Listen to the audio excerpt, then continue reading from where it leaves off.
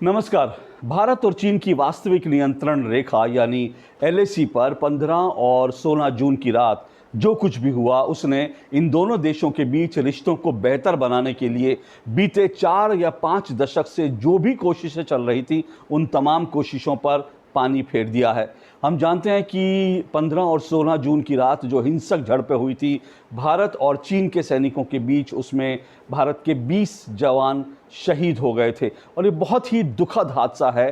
पहले कभी भी ऐसा नहीं हुआ था। बीते 4 दशक में चीन से लगती वास्तविक नियंत्रण रेखा पर इस तरह की हिंसक घटनाएं कभी भी नहीं हुई थी, लेकिन इस पूरी घटना ने पूरे भारत को झंझोड़ कर रख दिया है। सबसे बड़ी बात यह है कि एक बार फिर से साबित हो गया कि चीन एक धोखेबाज राष्ट्र है और उस पर कभी भी भरोसा नहीं किया जा सकता। हम जानते हैं 1962 में भी चीन ने यही किया था, जबकि नारे लगा रहा था चीन, ये कहता था हिंदी चीनी भाई भाई, लेकिन उसी हिंदी चीनी भाई भाई की आड़ में चीन ने भारत पर आक्रमण कर दिया और इस तरह से भारत और चीन के बीच युद्ध हुआ था। इस बार भी यही हुआ है। नियंत्रण रेखा पर जो कुछ भी हुआ उससे एक बार फिर साफ हो गया कि चीन जो है पीठ में खंजर घोंपने वाला देश है, पीठ में खंजर घोंपने वाला राष्ट्र है और वो कभी भी आपसे सामने से नहीं लड़ेगा, लेकिन धोखेबाजी करेगा, आपकी पीठ पीछे ऐसी हरकत करेगा। 15 और 16 तारीख को जो कुछ हुआ था उसके बारे में आप जानते होंगे। बहुत संक्षेप में मैं बता दूं कि उस दिन दरअसल जब जब जब लद्दाख में चीन की सेनाएं जो है कई जगह पर आगे बढ़ गई थी, तो भारत के बीच और चीन के बीच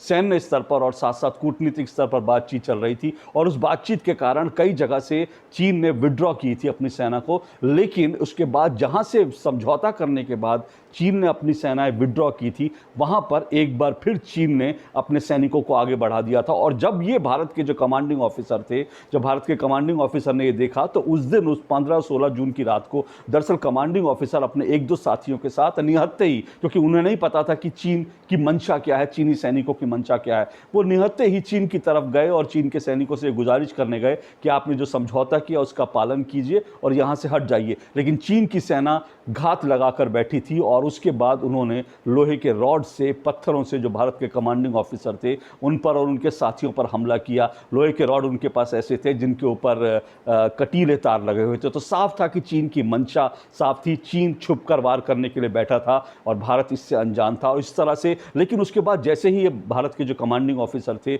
जब वो घायल हुए, वो उनको चोट लगी और उनको लाया गया, उसके बाद जो भारत के सैनिक थे उन्होंने जब देखा किस तरह से है, तो उन्होंने भी जो है वहां पर जाकर चीन की सेना के साथ वो गुत्थम गुत्था हो गए और इस गुत्थम गुत्था के बीच हिंसक झड़प हुई दोनों तरफ से और इसमें भारत के 20 जवान शहीद हो गए। लेकिन दुर्भाग्य की बात यह है कि ये भारत के जवान जो हैं वो ऐसे ही नहीं निहत्ते वो गए थे, लेकिन ऐसा नहीं है कि वो सरेंडर करके मर गए, बल्कि उन्होंने वीरता के साथ सैनिकों से लड़ाई की है, चीन के सैनिकों से, और उसके बाद शहीद हुए हैं। और सिर्फ इतना ही नहीं, बल्कि ये भी इस बात के भी तथ्य हैं, इस बात के भी तथ्य धीरे धीरे सामने आ रहे हैं कि भारतीय सैनिकों ने चीन की सेना को भारी नुकसान पहुंचाया है। हालांकि अगर कुल मिलाकर रेशो देखें तो उस वक्त जो वहां पर रेशो था उसमें भारत और चीन के बीच जो रेशो था वो 1 वर्सेस 5 का था, यानी चीन की सेना जो पूरी तैयारी के साथ थी और उनकी तादाद ज्यादा थी, जबकि भारत की तरफ जो भारत की जो सैन्य टुकड़ी थी वो छोटी थी। 1 और 5 का रेशो था, लेकिन उसके बावजूद भारतीय सैनिक बड़ी वीरता से लड़े। लेकिन दुर्भाग्य की बात यह है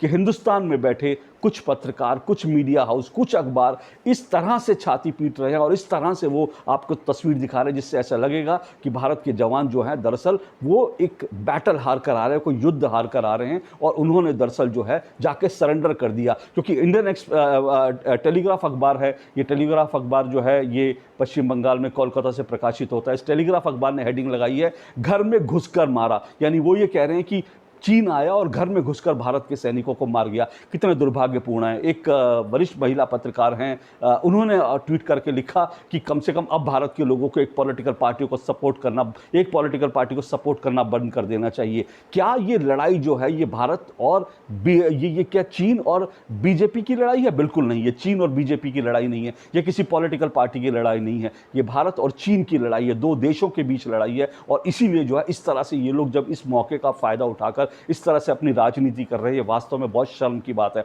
और मैं फिर कह दूं कि भारतीय सैनिकों ने जो है वहां पर जाके सरेंडर नहीं किया और घर में घुसकर, चीन की इतनी औकात नहीं है कि चीन घर में घुसकर उसने भारतीय सैनिकों को मारा। आप जानते हैं कि जैसे जो आंकड़े हैं, आंकड़े ये दिखाते हैं कि भारत के अगर 20 सैनिक जो हैं इस पूरे मामले में शहीद हुए हैं, तो भारतीय सैनिकों ने भी चीन को अच्छा खासा नुकसान पहुंचाया है। एएनआई जो न्यूज़ एजेंसी है वो ये कहती है कि चीन के करीब करीब 43 जो सैनिक हैं वो या तो मर गए हैं या फिर वो बहुत गंभीर रूप से घायल हुए हैं। लेकिन ये पत्रकार, ये नेता, ये जो एजेंडाधारी हिंदुस्तान में जो चीन के चमचे बैठे हैं, ये इस आंकड़े को लेकर सवाल उठा रहे हैं, एएनआई की विश्वसनीयता पर सवाल उठा रहे हैं। ठीक है, अगर आप एक बार मानते हैं कि एएनआई ने जो है ये आंकड़े विश्वसनीय नहीं है, तो आप कम से कम अमेरिकी गुप्तचर एजेंसियों की बात तो मानेंगे। अमेरिकी अखबारों ने अमेरिकी गुप्तचर एजेंसियों के हवाले से छापा है कि चीन के कम से कम 35 जवान मारे गए हैं। तो ये भारत की कोई एजेंसी नहीं कह रही, ये अमेरिका की गुप्तचर एजेंसियां कह रही हैं कि चीन के 35 जवान भारतीय सैनिकों ने लड़के मारे, यानी भारत के सैनिक जो है वो मारते मारते शहीद हुए हैं और वो इस तरह से उन्होंने मात नहीं खाई है, मार नहीं खाई है। तो ये बड़ी बात है। और इसमें एक बात और महत्वपूर्ण है, आप ये देखिए कि कुछ लोग, ये लोग अभी भी शायद अमेरिकी एजेंसी का आंकड़ा भी ना माने, क्योंकि इनको लगता है ये चीन के पिट्ठू हैं। इनको लगता है जब तक चीन नहीं कहेगा हम कैसे माने। तो चीन कभी भी बताएगा नहीं कि उसके कितने सैनिक मारे गए हैं। 1967 में नाथुला में जो संघर्ष हुआ था भारत और चीन की सेनाओं के बीच, उसमें भारत के 88 सैनिक मारे गए थे, लेकिन भारतीय सैनिकों ने चीन के 380 से ज़्यादा सैनिकों को मार दिया था। लेकिन आज भी चीन ये स्वीकारता नहीं है कि उसके 380 सैनिक मारे गए थे। आप कोरोना का मामला ही ले लीजिए। कोरोना के मामले में कोरोना का मामला कैसे हुआ, ये वायरस कैसे फैला और चीन में दरअसल कोरोना के चलते कितनी मौत हुई, आज तक इसके भी आंकड़े चीन ने दुनिया को जो बताया, दुनिया उस पर भरोसा नहीं करती। तो चीन आपको कभी भी बताएगा नहीं कि दरअसल उसका कितना नुकसान हुआ है। इसलिए, और ये बड़े दुर्भाग्य की बात है, चीन कोई लोकतांत्रिक देश नहीं है। तो लोकतांत्रिक देश नहीं, और दूसरी बात है वो अपने शहीद सैनिकों की इज्जत करना भी नहीं जानता, इसलिए वो शहीद सैनिकों का आंकड़ा भी आपसे छुपा रहा है। लेकिन आप देखिए कि चीन की तरफ स्थिति क्या दिख रही है। चीन इस वक्त पैनिक में साफ तौर पर दिख रहा है, क्योंकि चीन का जो अंग्रेजी अखबार है ग्लोबल टाइम्स, चीन के सरकारी अखबार है, उसके जो संपादक है, उसके संपादक ये क्या लिखते हैं, अंग्रेजी अखबार में लिखते हैं, वो लिखते हैं कि चीन की भी कैजुअलिटी हुई है, लेकिन हम आंकड़े नहीं बताएंगे। यानी वो ये मान रहे हैं कि कैजुअलिटी हुई है, लेकिन आंकड़े वो छुपाना चाहते हैं। दूसरी तरफ जो चीन के मैंडेरियन अखबार हैं, और उन मैंडेरियन अखबारों में इस पूरी रिपोर्ट को जो है बिल्कुल वाइट वॉश कर दिया गया है। आप ये सोचिए कि इतने सालों बाद भारत और चीन की वास्तविक नियंत्रण रेखा पर हिंसक झड़प होती है, और चीन के अखबार जो हैं इस पूरी घटना पर एक लाइन नहीं छापते या फिर 2 लाइनों में छाप देते हैं, क्योंकि दरअसल चीन नहीं चाहता कि ये खबर बाहर आए और उससे चीन के अंदर जो लोगों का रोष है, लोगों की जनता का जो वहाँ की सरकार के प्रति इस वक्त रोष बढ़ रहा है,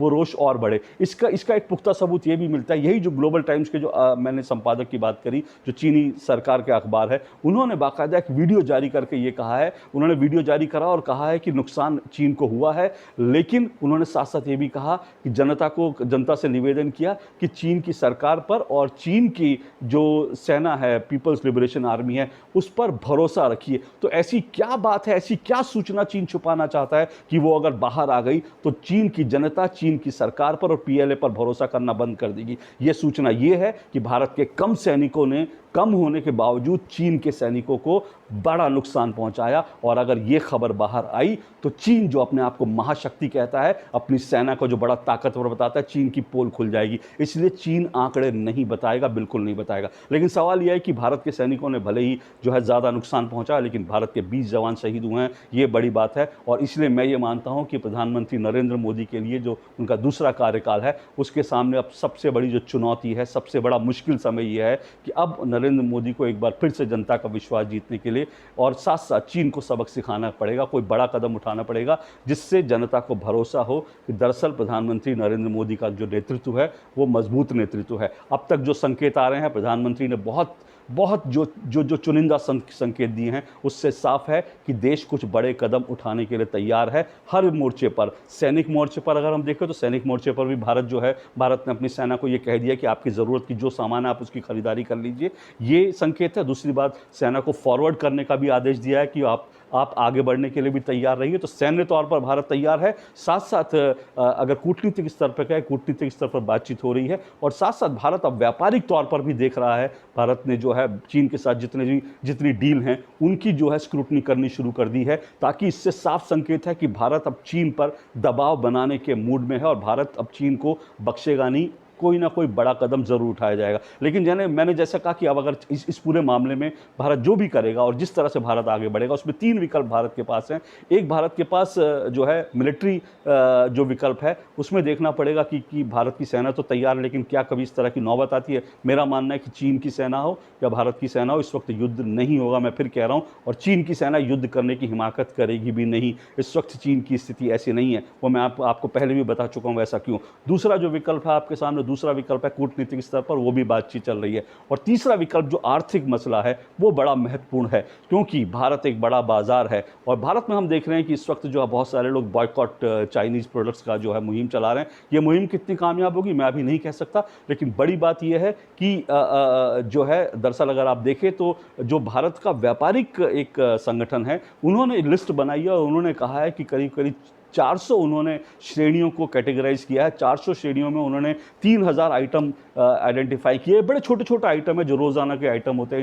इनमें मेकअप का सामान है, मेकअप किट्स हैं, इनमें जूते हैं, इनमें खिलौने हैं, इनमें ऐसी छोटी छोटी चीज़ें हैं, बैग्स हैं। और भारतीय व्यापारी संघ जो है उनका मानना है कि अगर इन छोटी छोटी चीज़ों को भी हम चीन से मंगाना बंद कर देंगे और अगर इसको भी हम भारत में अपने हिसाब से ख़रीदारी करें और अपने हिसाब से बेचे खरीदें, तो चीन को 1 लाख करोड़ का नुकसान इससे हो सकता है। तो ये मुहिम आगे कैसे बढ़ेगी ये देखना दिलचस्प रहेगा। लेकिन जैसा मैंने कहा कि भारत तैयार है और ये प्रधानमंत्री नरेंद्र मोदी के नेतृत्व के सामने एक बड़ी चुनौती है। लेकिन अब देखना है दिलचस्प रहेगा कि भारत इसका जवाब कैसे देता है, क्योंकि पूरा देश इंतजार कर रहा है और भारत जवाब देगा, इसमें कोई दो राय नहीं। सिर्फ वक्त की बात है और कैसे जवाब देगा, सिर्फ उस तरीके को देखने की ज़रूरत है। आज के लिए इतना ही, फिलहाल इजाज़त दीजिए। नमस्कार।